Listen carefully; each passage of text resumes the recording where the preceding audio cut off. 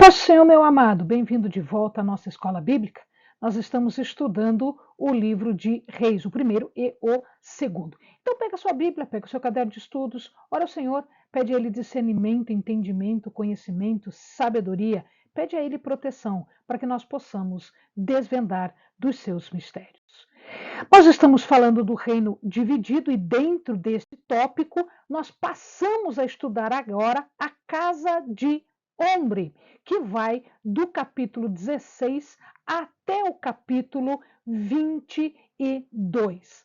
Para nós lembrarmos, então, veja lá, nós já vimos Roboão e Abias, do reino de Judá, nós já vimos Jeroboão, Nadab, Baasa, Elá e Tibni, né? Que a gente vai ver agora que tem uma implicação antes da entrada no poder de Omri, porque na verdade os dois vão reinar juntos, não no reino todo, mas parte dele. É isso que nós vamos ver agora.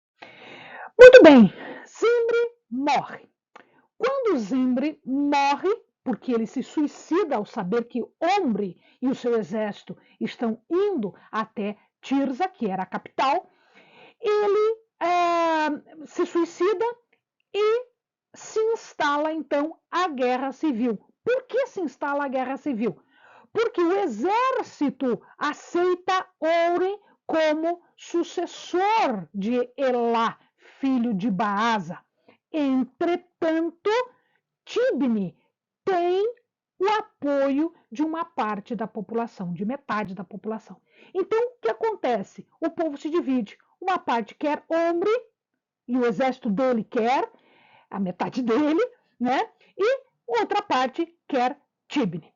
Então, existem reis simultâneos por 4 anos. Por isso que eu coloquei ali o nome de Tibni. Mas, na verdade, Omri é quem vai ganhar esta peleja. Omri vai prevalecer, Tibni é executado. E, portanto, ele só tem esses 4 anos de um reinado muito parcial e muito focalizado. Omri assume o governo de Israel, ele é o 6º rei de Israel, e a sua dinastia vai durar 3 gerações, as piores que se tem notícia. Se já estava ruim, porque Jeroboão deu o tom da idolatria e do paganismo, agora sim é que vai ficar pior. Ele reina por 12 anos, de 885 até 874, e ele começa a reinar no 31º ano de Asa. A gente viu que o problema tinha acontecido no 27º ano de Asa. Então, esses 4 anos foi a guerra civil. Quando nós olhamos os anais, os documentos do rei assírio chamado Salmaneser II, nós vamos ver a menção de Omri. Omri foi um dos maiores reis de Israel. Tanto é que a Síria chamava Israel de a casa de Omri, ou seja, a dinastia de Omri, apesar de que nós só temos 3 reis desta dinastia. A palavra não cita quem é a sua mãe, quem é o seu pai. Portanto, é quase que um filho de ninguém, né? Porque não ficou essa noção para nós.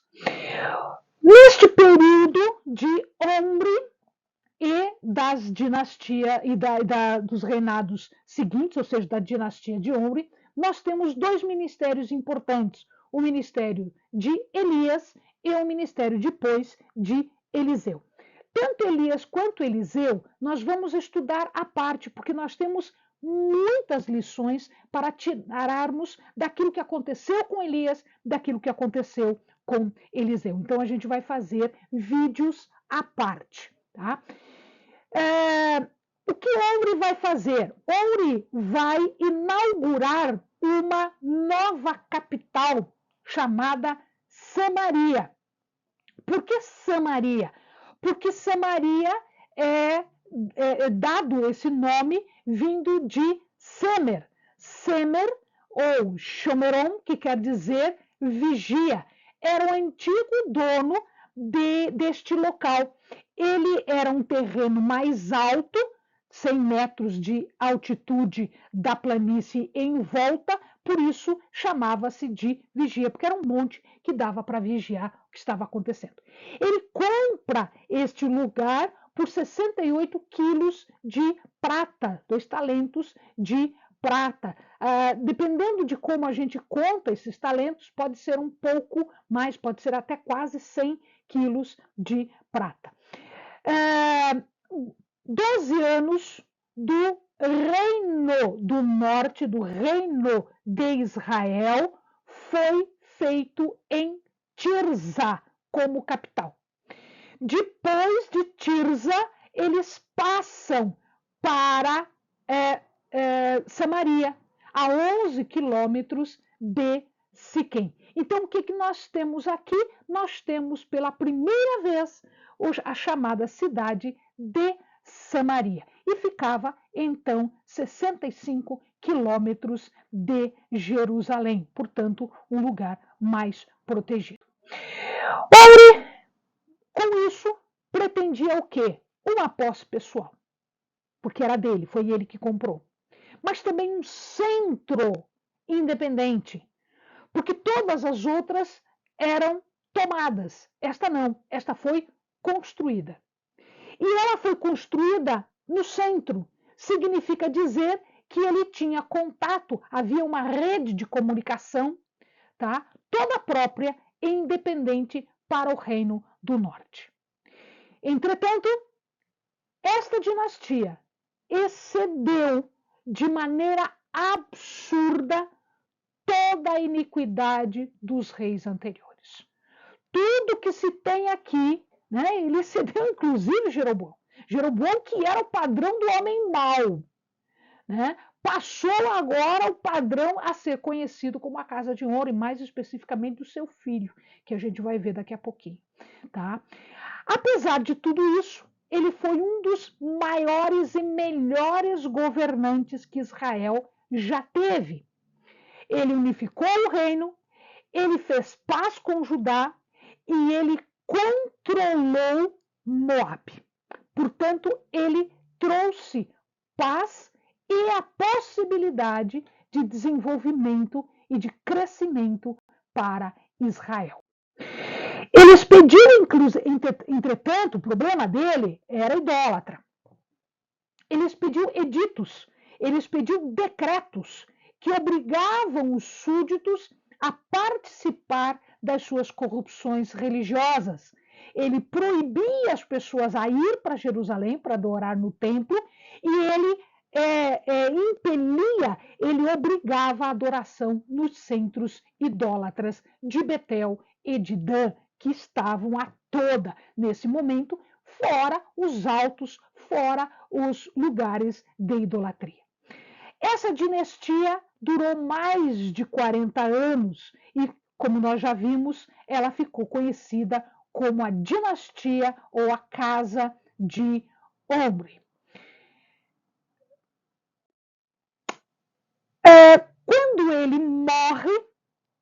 Quando ele morre, Acabe sobe ao poder. Acabe é o seu filho, tá? É o primeiro rei depois de Omri desta dinastia. Acabe foi o 7º rei de Israel e ele dividia o poder com Salmaneser III na Assíria. A Síria ainda não era um poder muito grande, mas daqui a pouquinho a Assíria vai começar a dominar, inclusive a Síria, que até então era uma das grandes potências. Ele começa a reinar no 38º ano de Asa de Judá e Acabe reina por 22 anos, de 874 até 853 a.C. A sua família foi uma família de idólatras, de pagãos. o mal imperava, eles davam lição de mal para todo mundo. Ele casa com uma estrangeira, esta estrangeira é idólatra devota, e ela introduz o culto a Baal e vários altares, inclusive sacerdotes idólatras para o seu culto, né? E Acabe, ele vai na influência de sua esposa, inclusive ele edifica um templo especial, específico para Baal em Samaria. Depois nós vamos ver que este templo vai ser destruído por Jeú, não o profeta que a gente já viu, mas Jeú, um rei, mas isso é bem mais lá para frente. Elias e Eliseu, nos seus ministérios, eles se opõem tanto a Acabe quanto a sua esposa Jezabel.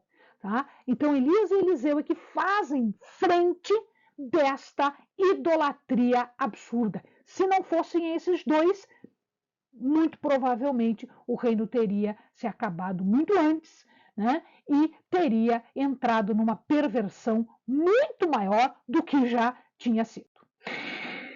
A filha de Et-Baal, que significa Baal está vivo, era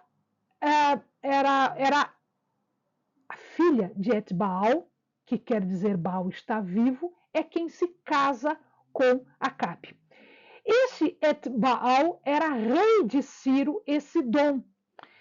Lembram que havia, por parte de Davi e por parte de Salomão, um acordo com o rei de Sidom e de Tiro, mas esse acordo era comercial, apesar de que Salomão casou-se com pessoas de Sidom, com mulheres de Sidom. Entretanto, nenhuma delas era filha de Irão, ou seja, que era o rei na época de Davi e de Salomão. Et-Baal, imagina-se, era um dos sacerdotes de Astarte e de Milcom. E uma filha famosa dele era Jezabel. Jezabel era o nome do mal, era a pessoa do mal.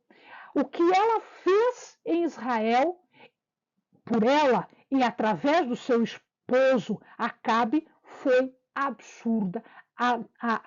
O grau de idolatria e de perversão que chegou ali. Tá? Acabe reina por 32 anos, são 32 anos de idolatria. Dizem que, a história conta, que uma neta desse Et-Baal foi Dido. Dido era uma moça que fugiu e fundou Cartago, né? Cartago, que depois tem uma importância muito grande em relação a Roma, em relação à história secular depois. Nesta época é reconstruída Jericó. Jericó foi destruída por Josué e ela foi votada a Herém, ou seja, a destruição total por conta da idolatria, por conta do pecado. E existia uma maldição imposta a Jerusalém, de que ela não seria reconstruída, e se fosse tentado reconstrução, qualquer um que ousasse fazer isso iria perder 2 filhos, iria pagar com a morte de 2 filhos, ao custo de 2 filhos. E El foi quem reconstruiu Jericó. Ele perde efetivamente 2 filhos. O primeiro filho, o mais velho, e o último filho, o mais novo. Eles são mortos durante a reconstrução. Ele perde esses 2 filhos em cumprimento da maldição que havia sido dado no tempo de Josué, quando da destruição de Jericó. Se nós formos comparar aqui a cidade de Jericó com o reinado de Acabe, nós vamos ver muita semelhança. A iniquidade da cidade, a iniquidade do reinado, a destruição da cidade, a destruição do reinado. né?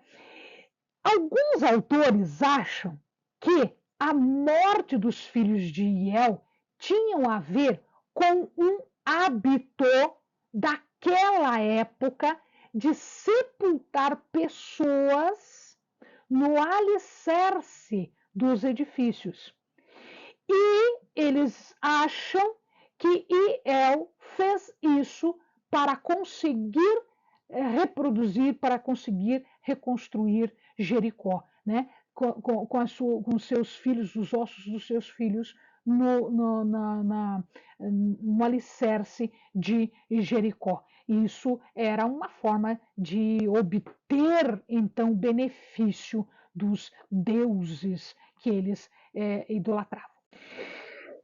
Muito bem, nós temos aqui, agora, na sequência do livro, alguns fatos relacionados com Elias. Eu só vou citá-los aqui para que o amado saiba onde é que ele está colocado, mas eu vou fazer aulas específicas de Elias e de Eliseu.